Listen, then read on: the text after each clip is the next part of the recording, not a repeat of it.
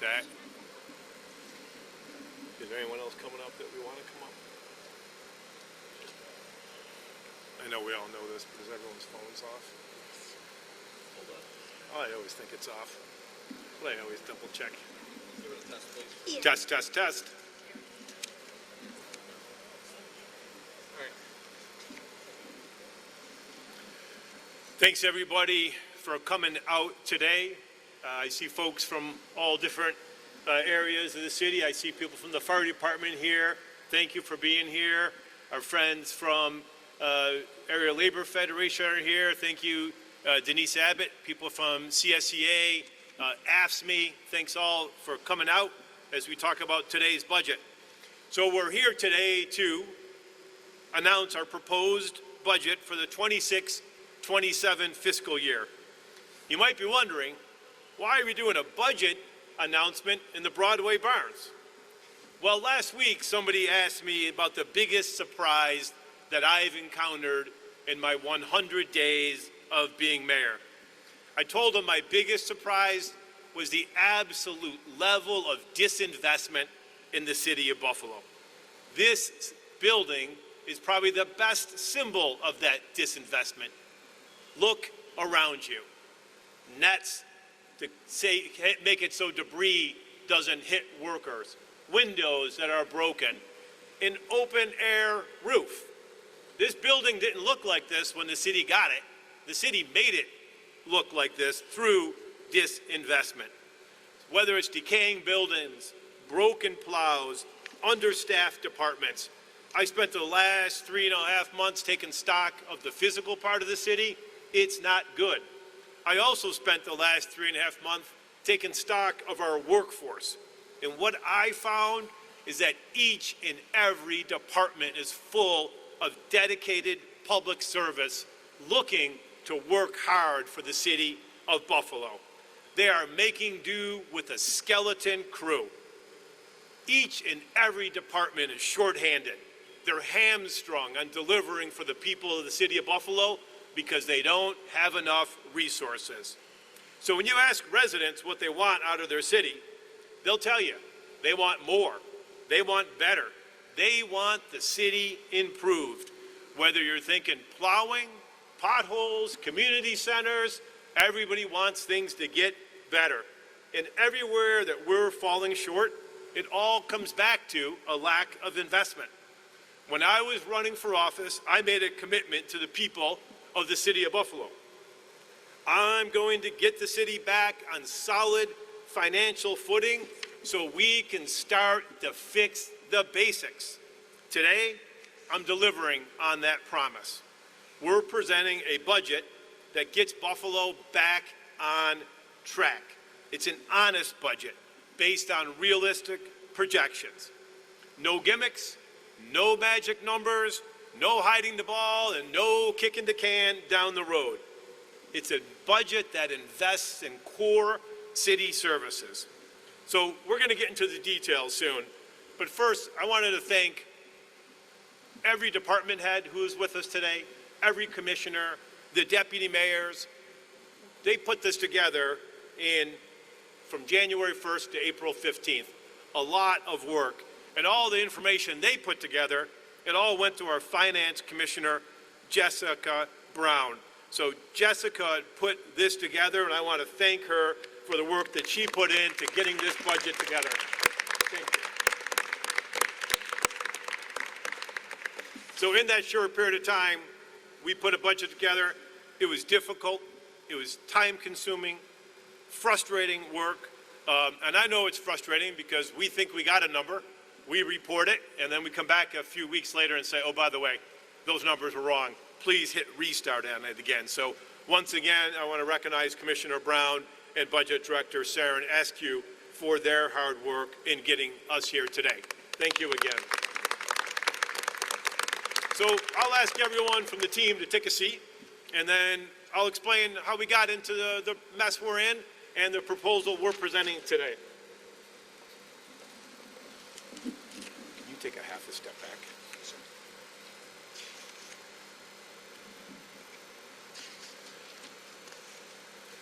So this budget is more than about closing this year's budget gap. It's about restoring a foundation. If Buffalo was an airplane, we're in a tailspin going straight down. We're going to pull back on the stick and we're going to start going up. It's the first time we're going to go up in a good number of years. But this budget will put us on sound fiscal footing for the first time in a generation. And that's what the people of City of Buffalo deserve. So how bad's the problem? Oh, it's pretty bad. It's a deep problem. So our city, it's demonstrated by this building, is literally falling apart. The first vehicle you see is a fire response vehicle. The second is a police cruiser. Those cruisers are going 24 hours a day. The maintenance cost is unbelievable. We don't have enough police cars for our police department. And the third slide is one that really hits my heart. You might think that's a scene from some zombie apocalypse movie, but that is a woman's changing room in a pool that was open for City of Buffalo residents last year. That's what we're delivering to the people of the City of Buffalo, and that's got to change. So this is pictures of the building we're in now, and I just remind you, that's a wash bay. It's supposed to be drained and dry after we wash our vehicles. We store salt in here next to vehicles. The salt's always wet, leads to further corrosion. Broken windows, roofs with gaping holes. You see, the netting is to prevent debris from falling on people. This is where people come to work each and every day. They deserve better than this. So we're operating on a shoestring. For DPW, Department of Public Works, the department that touches people most directly, we budget $26 million. Rochester, a smaller city, they spend $45 million. Syracuse, a much smaller city, spends $37 million. This is why we don't have enough snowplows to plow our street. We don't have enough garbage trucks to pick up our garbage. So how did we get here? It took us a while to get here, but I'll tell you the tale. So this is revenues and taxes from other upstate cities, Yonkers, Syracuse, Buffalo, and Rochester. So for over a decade, when other fiscally stable cities raised their taxes incrementally over the years, we chose to do the opposite. We actually cut revenue coming in to the City of Buffalo. If you want to understand why we're in this jam, why this building looks like it does, it's because we chose to decrease revenue for over a decade. But nothing's free. But the add up is what really gets us. So all those years, our compounded losses kept adding upon each other, and that leads to a whopping loss of over $600 million that should have been spent to make our city better. Instead, we essentially threw that money out the window. No other city did this. No other city in New York State, probably no other city in the nation did this. But you see, each and every year, 2016 budget, out of balance, $15,000, which meant we spent more money than we had, $15 million out of balance. Every year we were out, and we were about to hit the brick wall in 2020, and then the ARPA money came in. So look at the amount of ARPA money we spent, $65 million, $50 million, $52 million. Other cities, you know what they did? They used the ARPA money to make once-in-a-generation changes to their city. They bought new snow plows. They installed an internet service for their people. They removed lead paint lines. What did we do with that money? We just paid the electric and gas bills. Once-in-a-generation money that will never come back. So we got to get out of this tailspin we're in. So we have a plan to move forward, and we're going to engage on that plan. So this year we're facing a $109 million budget gap. So our budget starts July 1, and we're $109 million short. So we can't cut our way out of $109 million. We already spend less money than any of our peer cities, and making tens of millions of dollars of cuts will already destroy the fragile services that we offer to the city, people of the city of Buffalo. So we have tools at our disposal. These are the tools in our toolbox. We're going to open the toolbox. The tools are dusty. We're going to dust them off, but we're going to use them. So all these are the tools that we're going to employ this year. If we didn't use any of those tools, we had $109 million, we'd have to raise taxes 60% to close the gap. That's just to continue to offer the subpar services that we offer. But we're not going to do that. We know we got $10 million from Governor Hochul come in. That's going to add in. We got money from the gaming compact, comes in about $10 million. Ordinarily, I would never ask my budget commissioner to count that as a resource because it's speculative. But we're in such a bind this year that we're going to count things that ordinarily we wouldn't count. Whether we do the parking ramps or bonds, that's going to bring down the tax increase. We got some good changes in Medicaid Part D, which will bring down the tax increase. And then we're going to do a foreclosure auction. First time in 7 years. Most people pay their bills when they get the notice in the mail. We have not sent a notice in 7 years. And then we're going to do a better job of collecting our fees and our fines. Right now, we collect less than 10% of fees and fines. People know if you get a parking ticket in Buffalo, you don't have to pay it because we never report that to the state. We dismantled the whole system that we had in place to collect these fines over the last generation. And we did it because we kept cheaping out and we laying people off whose job it was to do this work. But it's all come home to roost, and we know the problems we're facing. So with all those tools in the toolbox, we're going to be able to have our levy increase to only about $45 million. So that's what we're going to do to break even. So we're going to hit all these things. They're in the budget book that is provided, and that's how we're going to build this year's budget. So we got a lot of budget details, and I'm going to bring up Deputy Mayor Ben Swanekamp to go through some of those other details. Thank you, Ben.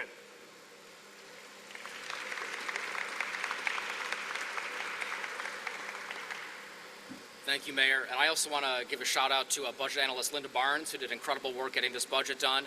And also want to shout out to Ken Crewley, who's been helping us since the transition. This process honestly began even before we came into office. As soon as Mayor Ryan won the primary, we assembled a team of fiscal experts to begin analyzing the city's historical data and guide us on a path to get us to the budget that you see today. So Ken, thank you for all your help and support. I also want to thank former Budget Director Janet Penska and her team at the Cooney Institute for the Study of Local Government, as well as former Budget Commissioner Donna Estrich for their assistance. So Mayor Ryan gave you the high points. I'm going to go into some of the details of the budget, as well as some of the actual investments we're making. So overall here, we're actually looking at relatively modest growth. So while the adopted 25-26 budget is approximately $622 million, we have made issued a council filing per a BFSA request to actually show the actual amount that we believe will be spent this year. We knew during the transition that the 622 was not a real number. A lot of areas were under budgeted. Healthcare, pension costs, overtime costs weren't real numbers. Our commitment has been to real numbers all along, and that's how we're getting there. So our actual budget is going to come in at $681 million. That is around 2% growth. That's less than inflation right now. Inflation tracking towards nearly 4%. So this actually is a relatively modest growth over the city's real costs this current fiscal year. I've mentioned real numbers. This has been a foundational principle.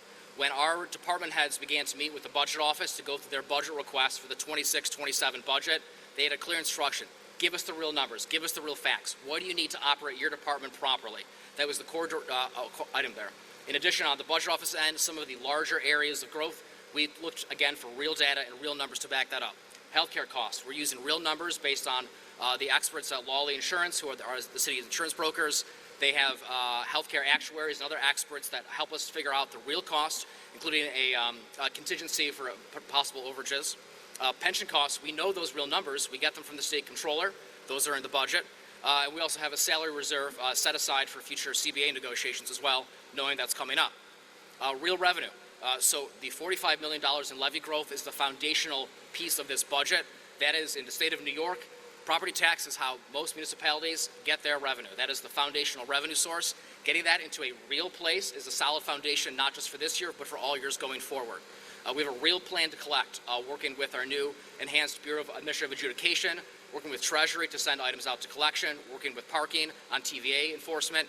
We have a real path to collect. There's over $100 million across various accounts outstanding for the city of Buffalo. Parking tickets alone, $3.6 million in outstanding revenue there. We're also empowering our parking department. We're making investments in parking. We're adding new parking enforcement officers, and we're filling vacant positions. This isn't just a revenue area, it's also a safety issue, making sure folks aren't parked on sidewalks, at intersections, at crosswalks, things like that. And also the coordination between parking and public works is critical in our winter storms to make sure that our narrow streets have cars moved away for alternate side parking so that our plows can get through and do their job. Additional AIM, thanks to Governor Hochul, we know we're receiving another $10 million of enhanced AIM on top of the $5 million in her initial budget proposal. And we also thank the Governor for her support to help close this year's budget gap with another $30 million of support in her 30-day amendments. We are using a conservative estimate on the parking ramp transaction. This budget is based on what we actually know is available to us right now, and so we have an estimate from our underwriter on the revenue from the parking ramp transaction. That's in this budget for the second tranche of payments coming out of the parking ramp transaction, with the first tranche being in this current fiscal year. The enterprise fund is supposed to be budget neutral. It has to be budget neutral. And so we are following the actual proper accounting principles of making sure it meets the actual cost to operate the enterprise fund, as well as pay back a nearly $30 million receivable in the general fund over the course of 6 years with $5 billion incremental payments. We also have a major reimbursement coming from Empire State Development for the purchase of the new DPW campus land, where this site will be moving some years from now, so these folks have a beautiful, brand new, modern facility to keep their equipment working well and to deliver better services for the people of Buffalo.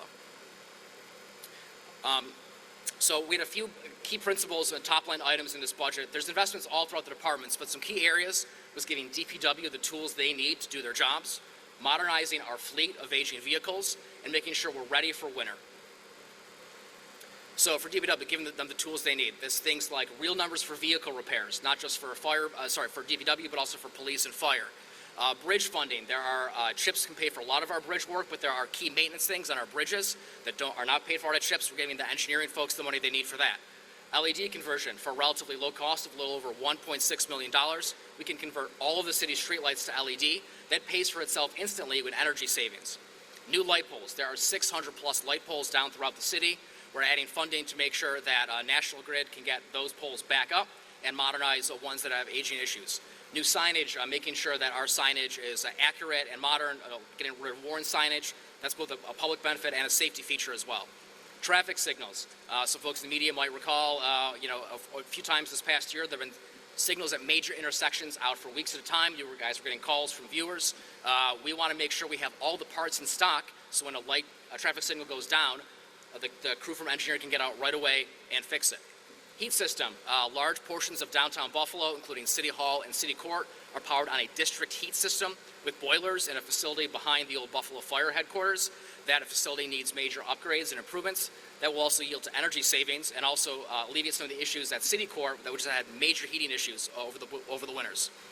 Real reserves. We're giving the buildings department actual real reserve accounts, so when there are windows that need to be replaced, a roof is leaking, they have a pot of money to draw down from instead of trying to cobble together funding from vacancy savings.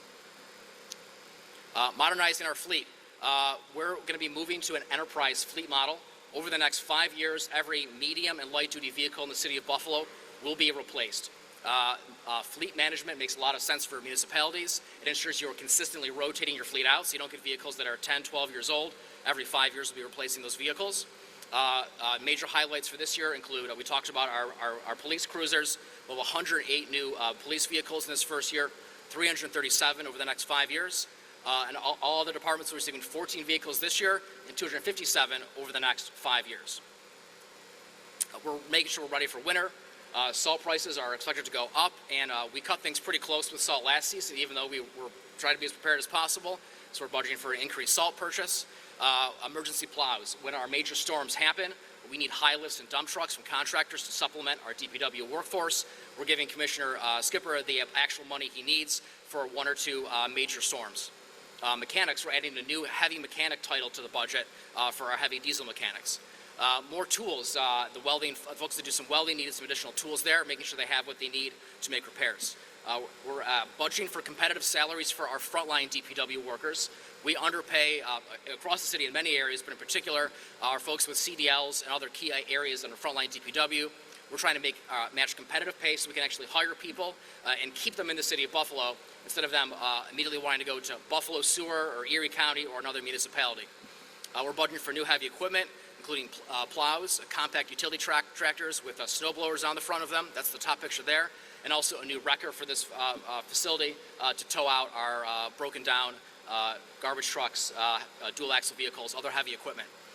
We have roughly $2.5 million available for vehicle purchases that could get us an additional 6 to 7 plows as well. As part of the budget, we're required to implement a 4-year plan.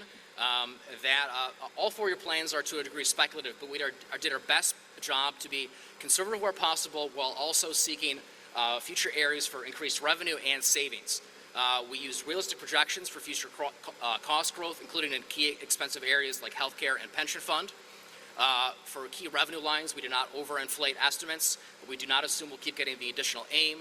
We don't assume occupancy tax is going to be as high as it was budgeted this year, and we use sales tax numbers directly from the Erie County Budget Office. For grant administration, Director Brown will be working to make sure all of our grants write in a 10% administrative fee to help cover the cost of actually operating those grants as a best practice. Although it's difficult to say for sure, we roughly have $31 million in excess revenues over the course of the 4-year plan to begin to replenish our fund reserves. Now that doesn't really put a dent in the amount we have to put back there. Even for this fiscal year, we need $59 million should be an unassigned fund balance, but this at least begins to get us on the path there. There are some notable assumptions that I'm sure we'll be talking about some more, including the hope that a Seneca Gaming Compact is signed with a catch-up payment, but we still went conservative on that one there. And additional improvements in fee and fine collection via the Bureau of Administrative Adjudication and Treasury, as well as healthcare savings through our work with CBA negotiations. And I think that takes it away from me. Back to you, Mayor.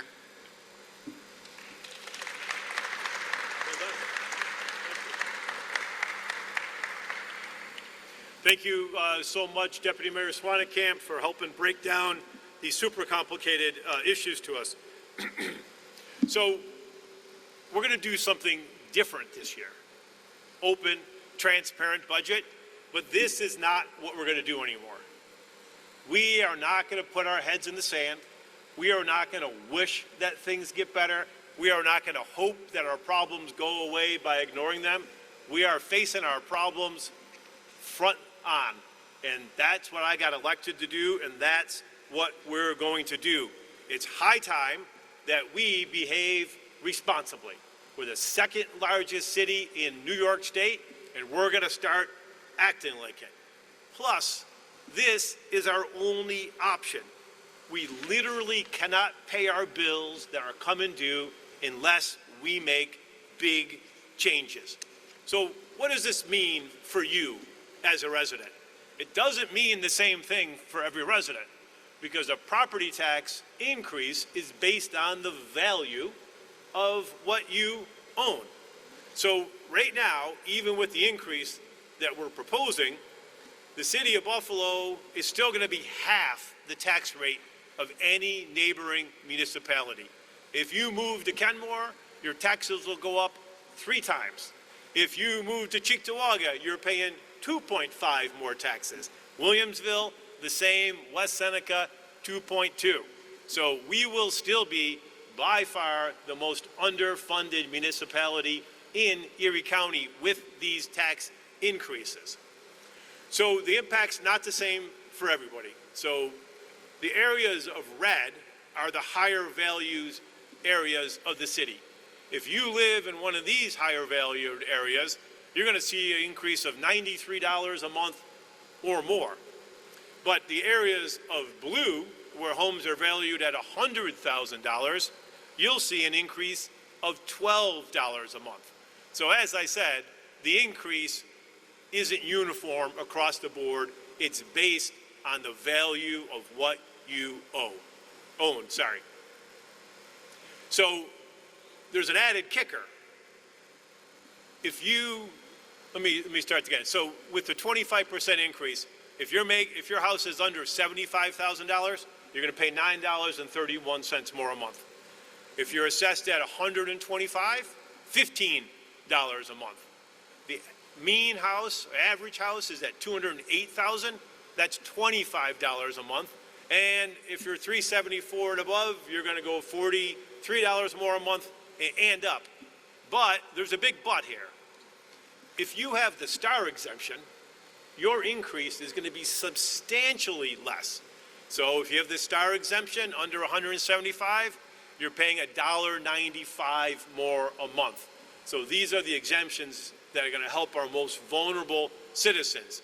If you're at 125, you're only going to pay $8. If you're in the middle, you're going to pay $18. And if you're more than 347, you're going to pay $35. So that is a substantial change if you have the STAR exemption.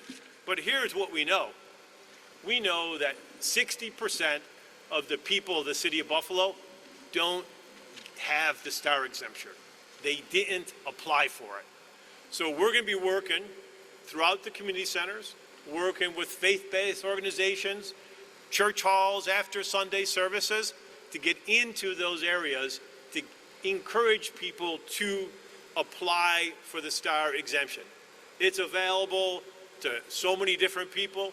If you make less than $500,000, i.e. most of Buffalo, you're eligible for the basic STAR.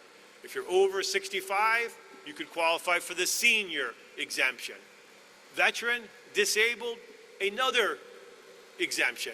And if you're a senior making under $110,000, the most vulnerable homeowners in our community, you'll qualify for an enhanced STAR.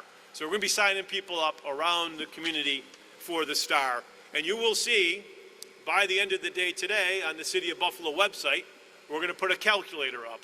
And with that calculator, you put in your address and it'll show you what your tax increases are going to be, because they are not going to be the same for everyone who lives in the city of Buffalo.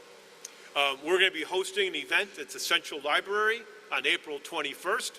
We're going to help people understand the budget, how it affects them, and we'll have people from our departments there helping people fill out STAR exemptions. We'll have questions and answers from residents. So over the next few weeks, our administration will be hosting events like this and events to sign up for exemptions all over the city of Buffalo. So today's the transformational day.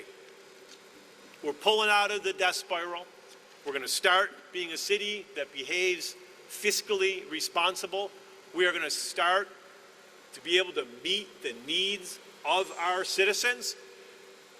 It's the first day, so we know that we can build the better Buffalo that we all deserve, that the people of the city of Buffalo want, but we're only going to be achieve that if we do an honest and transparent budget, and this is what we're presenting to the people of the city of Buffalo today.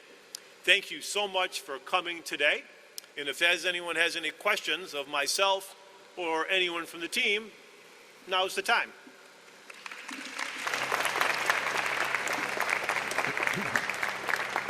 Why don't you come up?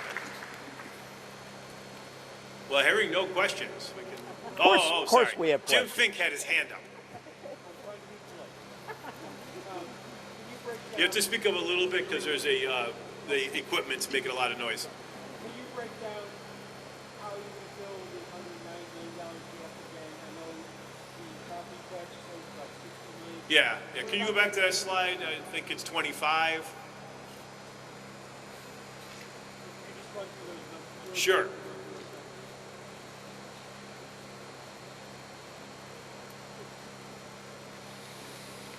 You want to run through that? Nope, with the sliders.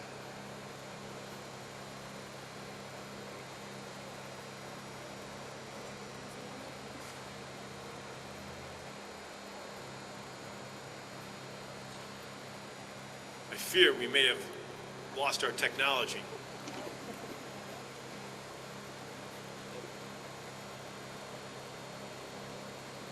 There we are.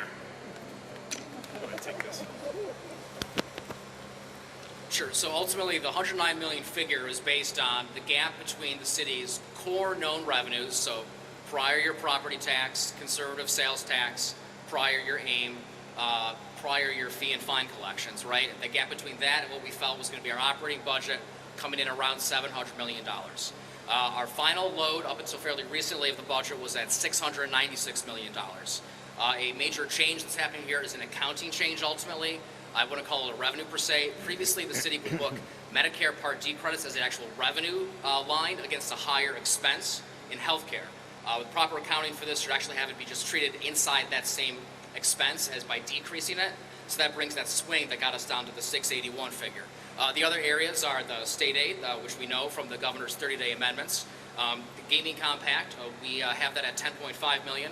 We feel fairly good about that because we know we got a call just last week that we'll be receiving our gaming compact advance payment in May or June of this year from the state, so there's some more certainty around that one. The foreclosure auction, that is based on the value of the overall properties we're selling, and we took that down dramatically, assuming, again, going conservative on what we'll actually collect out of that, both prior to redemption and after. And fees and fines, again, we know what's out there, so we try to use conservative numbers for what we think we can actually collect based on prior year trends for when they actually have sent things out to collections and what other municipalities have done, as well as the core item there, the tax levy increase. Can I ask, the 25% property tax increase, is it bang on 25% or is it a little higher or a little lower? The levy increase is 25%. However, the actual tax rate increases are a little bit less. So the homestead increase is 22.9%, and the non-homestead increase is 16%. Because assessed value changes things, right? The actual levy is just the whole chunk of property tax revenue.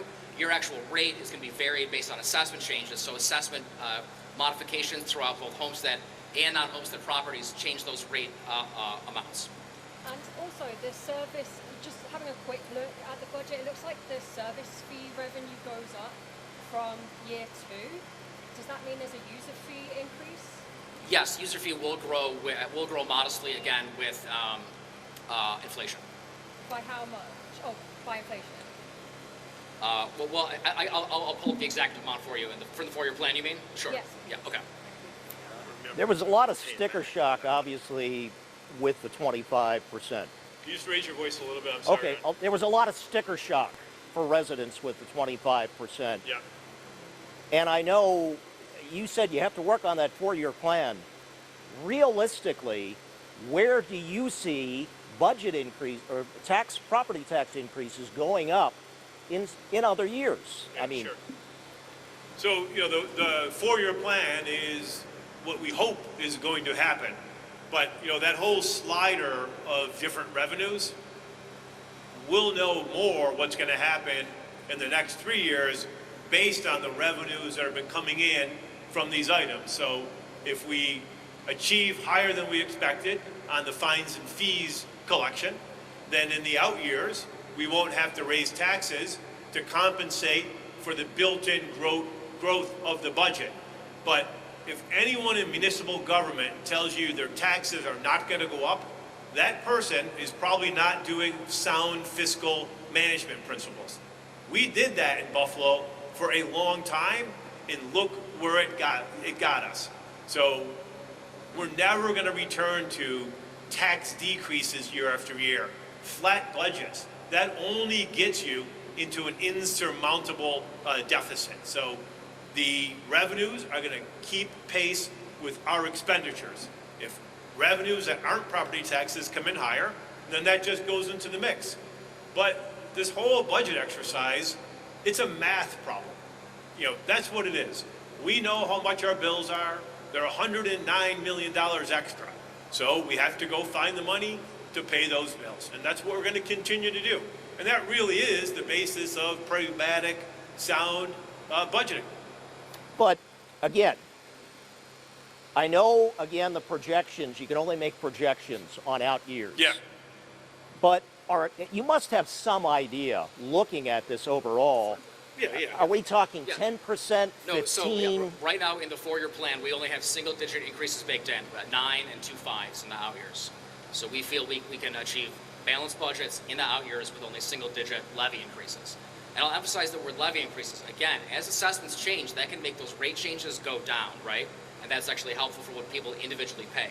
As we hopefully have more economic development in the city with Deputy Mayor Baines working hard at it, as new buildings are built, that's assessment on the levy, right? And that spreads the cost out across other areas. If we get new subdevelopments and things like that, some of those new homes off Colvin, right? Those are all bringing in additional revenue and spreading the cost out amongst all taxpayers. Can you explain where the largest chunk of money is going to, what categories in the budget? People. So the largest chunk of money pays for people. The men and women you see around you who drive snowplows, who drive street sweepers, who provide services and community services, Commissioner Pizarro's firefighters, the police officers, the clerks.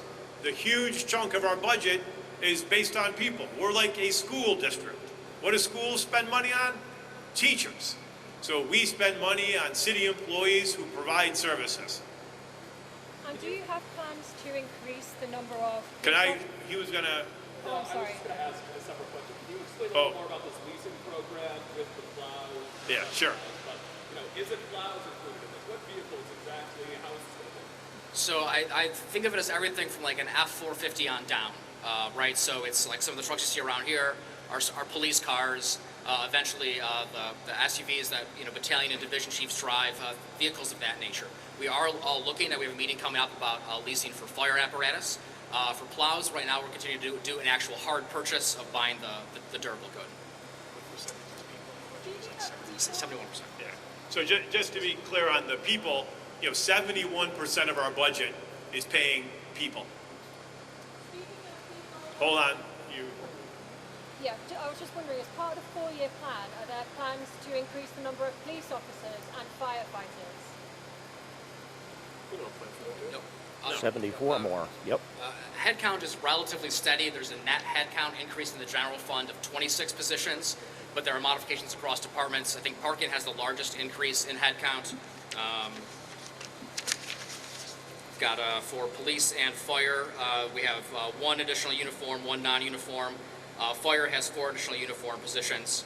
Non-uniform, 1 position is being moved. That's the emergency manager. We're moving him out of the fire budget into the mayor's office directly because he runs the mayor's office of emergency management. And is that for all 4 years?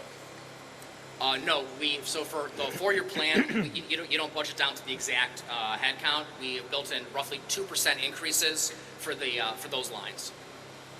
and the increases is based on attrition, because we don't know who's going to retire in 27, 28, in 28, 29. But our staffing levels for the public safety departments are going to remain essentially, as is. The council had also initially balked at that 25% number. They admit that their tax increases are needed.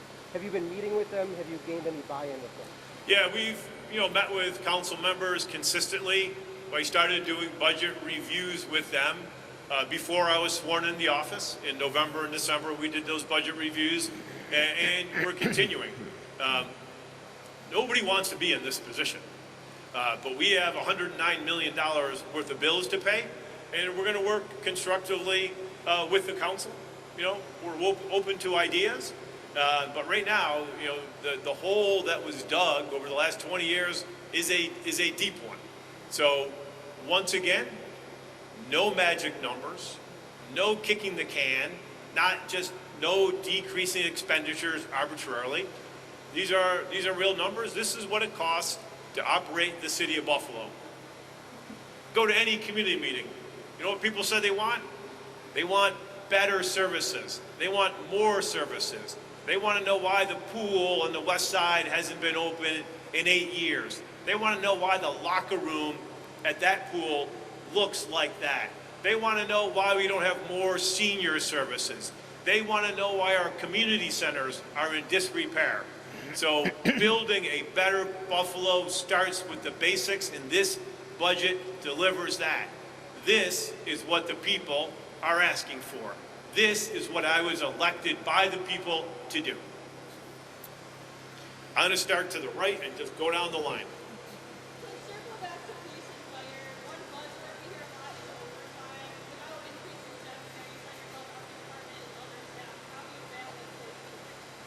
Well, one of the items that's been in the budget has led to this year after year structural balances underestimating overtime.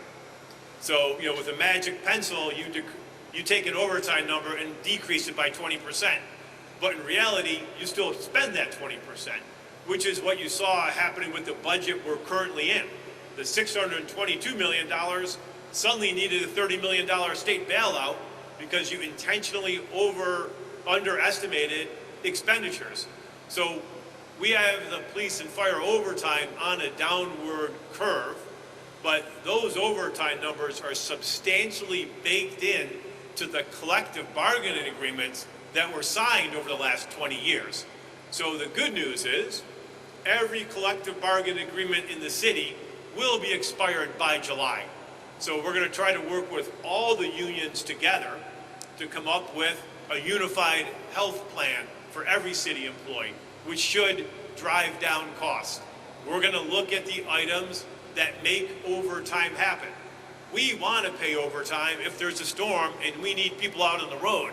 What we don't want is a baked-in overtime system that if one person is sick, we have to pay time and a half regardless of whether we need that person that day. So we're going to seek to make some changes. We're going to do a lot of overtime controls, but we are not going to be able to eliminate overtime. And then speaking of underestimating, there was a lot of uncertainty in this transition period. What that funding now actually was. There was no uncertainty from me. Right. How did you come to that conclusion? We looked at all our expenses from the previous year. So 25, 26, somehow they didn't look at the expenses realistically. So we have this huge gap that we have to fill. So, but this is the idea of sound basic budgeting. Your numbers have to be real. Fake numbers don't hold up through the budget season. So every year you can put your fake numbers in, and then if you go back to that slide of every year that we were wrong on our budget, we were consistently wrong the wrong way. So every year it turns out that we underestimated and we had to pay more. So that meant we had to go to our piggy bank and take all the money out of our piggy bank year after year after year. So the piggy bank, it's not just empty, it's broken. They got every penny out of it. There's no money under the couch cushions. So year after year, this was the irresponsible budgeting that led us to where we are today. But even if I wanted to be irresponsible, there's no money in any of the reserve accounts to cushion us with. So, and the importance of a reserve account can't be underestimated. So when a winter storm comes, I need an extra $1 million to do subcontracts. There's no money in the budget to do that. The state gives us money to fix our roads. We have to pay that money out and then get reimbursed by the state. These transportation projects you've been hearing about for years in the city of Buffalo that never come to fruition, it's often because we don't have the money to put forward. So that's how broke we are. You can't get out of this hole. When I ran in office for the campaign, I kept saying $40 million of unspent state transportation money that could be used for potholes, fixing our touring routes. But only when I got into office did I find out why they didn't spend that money. Because it's a reimbursement grant and they got no money in the reserve account to front the money to get paid back. So we can't even take free money in the city of Buffalo. Coming down this way. We have some major union contracts coming due. We alluded to that earlier. Do you see the personnel equal cost of budget rising from 71% to maybe 80%? I didn't hear exactly what he said. He said there's personnel cost rising. Jim, what was the last part? With all these union contracts coming up, right now you said the personnel cost is roughly about 71% of the budget. Do you see that number increasing 75%, 80%? Do you have any reason for that? No, it probably shouldn't change that radically because remember, every year the values of property changes. So every year more money, comes in. We're gonna have to budget more money of it, but that ratio will probably stay, within the same. But make no mistake that during that 20 years of not spending on the city and not taxing, we also wildly underpaid our city employees. A snowplow driver in the city of Buffalo could walk out of here tomorrow and get paid a lot more at the county of Erie the drivers for modern disposal who pick up the recycling, those drivers start at a higher rate of pay than the city garbage truck drivers pay. So part of the investment in this year's budget is shifting some money around, but that is to go to increase the starting salary for CDL truck drivers, but also for diesel mechanics. You know, once again, you want to do a comparison? We privatized years ago with modern to save money 20-some years ago. But right now, the modern people all make more money than our city people do. So a diesel mechanic working for modern or anyone else is going to make 10, 20, 30% more money. So if we want to attract and retain people in the city of Buffalo, the frontline people, we're going to have to pay them more. First off, a real quick clarification. In terms of the number of sworn police officers, maybe we misread the budget, but we thought we saw an increase of 74 sworn officers to be added to the force. Is that right or wrong? And number two, in terms of those negotiations, you got a lot of them to do. Sounds like you're pretty optimistic. What would be your message to the union leaders, some of them may be assembled here, as to where things stand and what they can expect with those contract negotiations? Yeah, so maybe in the previous budget, they did a kind of an odd thing where they built in attrition as like on a line-by-line basis per position as a way to have achieve savings in the budget, to have it look like it was lower than it actually was. Savings. So we just went back to using the actual, for the most part, the actual hard positional counts for each group, and then have a vacancy control line in each department for the savings from the vacant positions. But we have, for uniform personnel, only a increase of 1 from 812 sworn personnel to 813. So that 74 number, disregard that. Disregard that, yeah.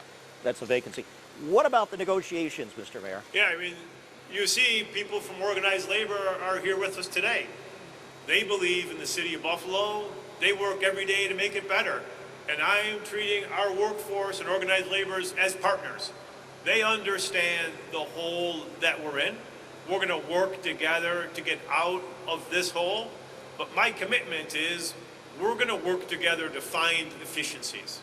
If we make it so our health care is the same quality and less money, that frees money up to do raises. So we want a city of Buffalo workforce that's paid competitively with other areas in Erie County. But also remember, primarily if you work for the city of Buffalo, you live in the city of Buffalo. So housing costs are going up. We have to make it so a garbage lifter or a snowplow driver can actually afford to live in the city of Buffalo. And for too long, the negative impact on these bad budgets not only fell on the community with bad services, but it fell on the rank and file workforce in the city of Buffalo's whose salaries have not kept up with inflation in a generation. So we're going to work together in the closest partnership you can have between labor and management to recognize and to achieve our common goals. Holly, to close it up. The budget mentions parking enforcement and collecting fines and fees, especially ones that were owed already from previous years. Can you just tell us a little bit about how you anticipate that you're going to collect those fines and fees? Yeah, I mean, there's so many opportunities to collect outstanding fines in the city of Buffalo. You know, one of the ways is to collect parking tickets, and usually you pay your parking tickets. If you don't get paid, you get a notice from New York State saying your registration is going to be suspended. But guess what? We don't have a computer system that consistently interact with DMV's computers. So none of our parking scoffs get reported to the state. And so there's no notice that goes out. So that's just one way that we're going to be able to get more money coming in from the fines that were already issued. And you know, that's what we endeavor to do. But why don't we have a computer that can talk to the DMV computer? Because we disinvested from our city, and we have a real patched together system when it comes to that computer. Thank you everyone for coming today.